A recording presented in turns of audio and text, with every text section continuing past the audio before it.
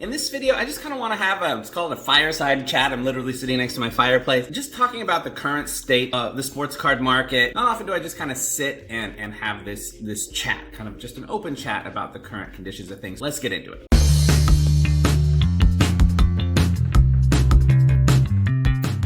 I'm not an expert on any of these things. Anybody who claims that they are, I would just take that with a grain of salt. There's so many different niches and so much different nuance to the sports card world, to the sports card market, whether as a collector or as a flipper or as an investor or whatever it is that you call yourself or however you engage with the hobby. There's so much nuance to it. There's no one who kind of understands the hobby in its fullness. So this is just kind of my perspective based on the way that I engage with the hobby. And I engage with the hobby in a number of different ways. I do collect, especially 1970s basketball, 90s like inserts, like cool looking inserts, mostly lower end kind of stuff. And I also do a lot of what, more like arbitrage. I find, things in one market and sell them in a different market for a higher price as quickly as I can. And I also do a lot of COMC stuff in general. So that's kind of the different ways I engage with the hobby. But that doesn't mean that's the right way or whatever. There's people who engage with this hobby in all sorts of ways, and wonderful. I don't break much. I've done breaks once or twice in my life, maybe.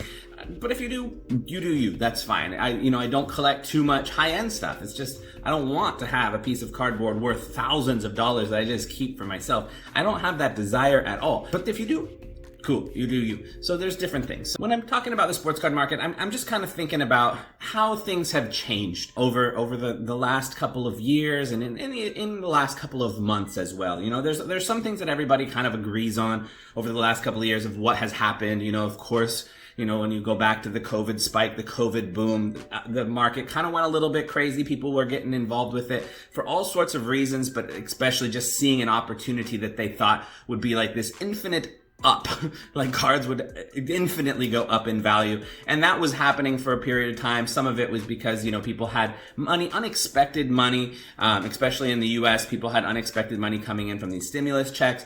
And they didn't necessarily need it. They didn't budget for that need, so they could use it in luxurious ways. And so when they saw the market going like this, they would throw that extra money into this space, and the market kind of went like this, kind of went crazy. And generally we can pretty much see that after that ended, and the economy in general, was like, whoa, we're in a weird position. Then the market came down sharply. But really, if you look at it, if you take out, like whenever I look at different data and stats, I ignore that period of time. It doesn't matter if a card's peak sale was, $1,000 at some point in that span of time. I would rather look at, okay, where was it in 2018? Where was it in 2019? Where is it now? Just ignore 2020 and 21 data completely. It's worthless. It's useless. And this is one of the problems I have with, like, for example, I use COMC a lot. And if you've put in money recently into that system, you have access to the historical data, and you can see like the high prices, absolute high that some of these cards have sold for. But the problem is that a lot of those highs, 99.9% of the time, happened during the COVID spike, unless it's a more modern card, of course. So when I'm looking at that data and I see, oh, this card has a high at that value, I don't think at all like, oh, it could go back to that or something like that. I just think, nope, that was temporary insanity. I don't even need to think about those numbers. I can just pretend those numbers never existed, take out a 2-year block from whatever data points I'm looking at, and then try to get a sense of what has really been happening with that particular card. So that's just one thought about that. But then more recently, if you listen to a lot of YouTube channels and a lot of people talking about it, there's all this constant discourse about the market is crashing, and it seems to be a little bit more recently, just in the last couple of months, it seems to be coming up in discussions more. The market is crashing, which is a little strange to me because in my read of the market, it came down already. Maybe it's still going down a bit, but it's just been this constant process. It's not like sudden again. It's like, the process started a couple of years ago at this point, and it's been a constant, slow kind of thing, getting back down to something more resembling normalcy. And if you look at general trends and take out those 2 crazy years, then everything's basically the same as it's always been. In fact, I kind of feel like the sports card market is maybe in one of the healthiest places it's ever been in.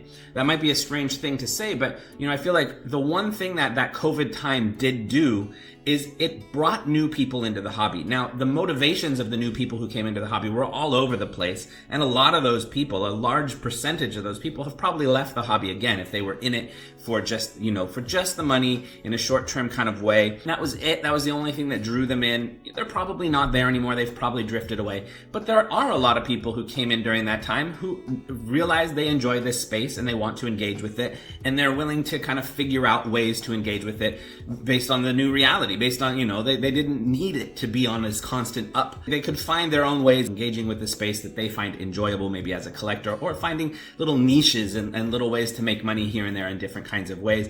And a lot of people did stay into the hobby in that way. So in a lot of ways, I feel like the market is actually at a healthier foundation. The market was always, if you look at historical data, supply and demand kind of stuff, the demand from 2012 or whatever up until 2019 was always pretty flat. Even before that, maybe there was some spikes here and there. But it was always kind of generally flat. Some cards would fluctuate in value here and there. And the value, I find it interesting because it's not only about the money aspect of the value. It's about the value shows you something about the interest and about the demand for different things. And if you have this period of time of more than a decade where it's relatively flat, then it shows that the people, that you have the same people in this space and they're engaging with the hobby in the way that they're comfortable with, the way that they're used to. The market's very predictable, so maybe they're making buys and sells, just based on arbitrage a little bit more if they're trying to make money, or they're just collecting what they like to collect and they know just about what the market value is, and so they're offering that kind of price, and the market value always stays pretty even. That's the way the sports card market was for a long time, and it feels like it's getting back a little bit more towards that way, with perhaps just a little bit more of people trying to find the little plays inside of it. Maybe that's always been the case to a certain degree. Maybe there's a little bit more of it now, because a lot of people were doing that during the COVID spike. They would find the movements and they would take advantage of those movements and try to make some money from that process. People are still trying to do that, though the profit margins are smaller, though the potential for that requires a lot more knowledge and a lot more thought. During the COVID spike, you didn't have to know anything. You just grab cards, sell cards, and you would make a whole bunch of money. Now it's okay, let's step back, let's see what's actually happening, make some decisions, or decide to not make any decisions for the time being, which is a decision in itself, and then step in. So I think a lot more people there may be more people trying to make money in the hobby now than there was in 2019. It's totally possible. I would imagine it's probably the case because so many people were doing it for those couple of years. But that's not a bad thing. On the other hand, having a vibrant market requires people engaging with it in a lot of different ways. If you have collectors who are finding cards that they want to keep, that's part of the foundation of how the sports card market flows, of why these cards have value in the first place. It's because people actually want these cards to hold on to them. But at the same time, if it's only that, you don't have a lot of the little smaller things happening, which can make for a market that becomes a little stale. So a lot of these little, people finding their little niches and their little ways to make a little bit of money here, a little bit of money there, sell cards they don't like as much, to buy cards they'd rather have for their personal collection. This kind of thing, happens. It's always happened, and maybe it's happening even a little bit more right now. But I feel like that's actually part of a healthy sports card marketplace. It's part of the draw for a lot of people. People engage in the hobby not just for the cardboard, but for the interaction, for the buying and selling, for the, kind of the learning that happens in those processes. All of these are part of what makes sports cards what they are, and it's been that way forever. It's not some new thing like, the kids are just trying to make money. It's not like that. It's really been that way. I mean, I remember when I was a kid growing up during the junk wax era, I was always every month very eagerly going to get my Beckett magazine to look and see if my cards had gone up or down in value and track that, and was trying to find little ways to make money here and there. I actually, well before eBay was ever up, I started my own website when I was a middle school student. I would wake up every Saturday and I would watch X-Men, and then I would work on my website for a couple of hours until noon or something, and go play basketball with friends or something after that. But, I was building a website to sell my cards. I had even mystery packs at that point. I thought I had come up with this genius idea as a 12-year-old of wow, I could sell I'll sell these for $2 a piece. I'll make sure that there's at least one card in every mystery pack that's worth a minimum of $2, so that people are at least getting $2 worth and they're paying $2, and then somebody will get a $10 card. This is such a good idea. I sold I did sell a few actually at that stage. I probably sold like 10 or 15 of those, because the internet at that stage was kind of empty, so people would find something just because there wasn't a whole lot of other stuff out there. So I did make some sales as a 11-year-old, 12-year-old entrepreneur starting his own website. It's that mid-90s, which was a lot of fun. So, it's not that this kind of engagement with the hobby of trying to make money and find different creative ways to make money is new. It's always been there, and that's not a problem. It's just that it became a problem during that spike when that was everything, when that conquered the space. And that's not a healthy market. I mean, during the COVID spike, it wouldn't have made sense for somebody who's just wanting to collect to buy cards at all during that whole 2-year span. It wouldn't have made much sense, because it's like, whoa, just a second, this is insane. I do want to collect these cards, but I'm going to hold off for a little while, because objectively it's impossible for something to continually go up in value. There's nothing works that way, especially something that doesn't have any intrinsic value. And sports cards have no intrinsic value. There's no, a piece of property or something does have intrinsic value. You can live there, you can live your life there. It has some sort of intrinsic value. Sports cards actually don't. Some people will make the argument that they do, which I always find strange, because, sports cards aren't worth anything if we collectively decide they aren't worth anything. They're worth something because we collectively decide that they are, because we appreciate them, maybe for their historical value, their artistic value, whatever it might be.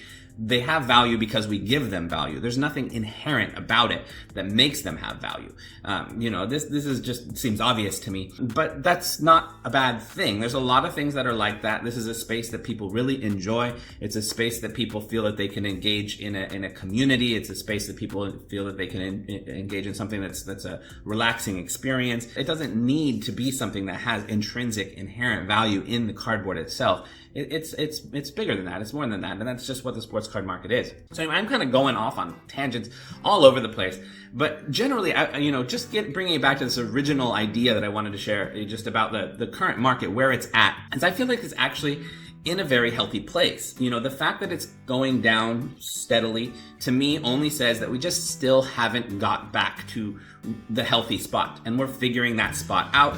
And there's plays to be made within that process if you're trying to make money. There's niche things to find in that. I myself have been finding, because the money-making side of my engagement with the hobby is all about arbitrage, the fact that the market has been constantly going down doesn't affect me that much, as long as I'm moving things pretty quickly. If I'm buying something and holding it for 2 years, and then I see, the market in general has gone down a lot, and that was a bad idea.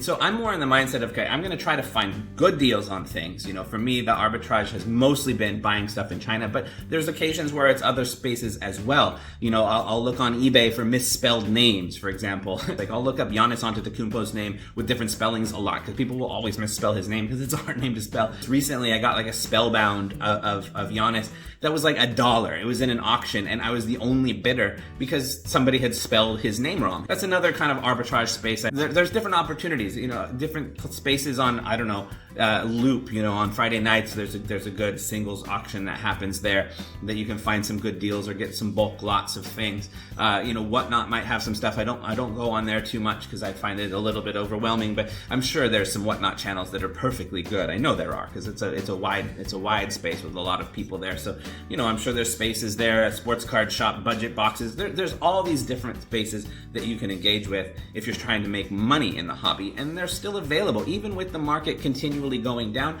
it's still plenty of spaces. It's just that you have to think about them. You have to be a little bit creative in your approach to them. You have to be a little bit more thoughtful about what you're actually trying to do. What is the things that you're going to be doing to try to make a bit of money from it? And if that's what you're not gonna, that's the process. If you want to make a full-time job out of flipping cards, like some people were doing during the COVID spike, maybe that's a tough one. I mean, some people can. There's still possibilities if you really put yourself into it.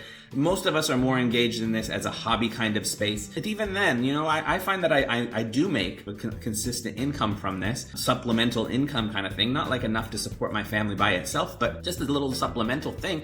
And that's part of the joy I have in the hobby. I don't think it's not a bad thing, though some people might say, oh, you have to just be a collector, collect only, collect only, collect only. The market is a much more open canvas, and I think there's so many different ways to engage with it, and there still are ways to make some money in these spaces. You just have to be more thoughtful about it, and to share learning with others, so that other people can engage in these kinds of ways as well. I know some people might say, if you find a niche, if you find like a different way to make money, you hold on to it, don't let anybody know about it. But I'm kind of more of the mindset, like, I want to be able to constantly find little niches, and if other niches get discovered by more people, I'll just find more niches, and I'll just continue to engage in the hobby that way. And part of my joy in the hobby is actually sharing my journey and sharing what I'm learning. And if through that process of oversharing, like, that niche becomes oversaturated, or if there's not as much opportunity in that niche, that's fine. Just do something else in the hobby. It's open. There's so many different things that you can do, and I want to do them with people and share my experiences and have people share their experiences, so that we can kind of enjoy this process together. Because to me, that's part of this. The hobby experience is doing it together with you guys. Not just being here in this little corner, literally a little corner, and trying to make a few bucks here, a few bucks there. I mean, that's fine, but it's more about the community aspects, the sharing, learning aspects, the kind of figuring out different things, and learning how to think through in a creative and thoughtful way. Because I feel like that's also a parallel skill to life. I want to be able to engage with life in general in these kinds of ways, where I find niches of meaning, of important meaning. I find niches of fun, of things that I enjoy doing. I find different ways of connecting with my neighbors, with my community, with, for helping my kids connect with other kids in the neighborhood. Just different things like this. I always kind of want to be on this path of sharing learning, of sharing ways of connecting with other people. And this is just one of those spaces. The hobby becomes just one of many of these types of spaces for me, and I enjoy it because of that. It's part of the reason that I love the hobby, and even as I get busy, but I still want to continue to engage in the hobby in different ways, and it's because I love it. Yeah, it's just a nice space. So anyway, that's all over the place. I told you this was going to be a little bit of an all over the place video, but I just kind of wanted to have a little fireside chat and just share some general thoughts on things, since I haven't really done this kind of freestyle thing in kind of a while. So anyway, that's it for this video. I will check you in the next one. Peace.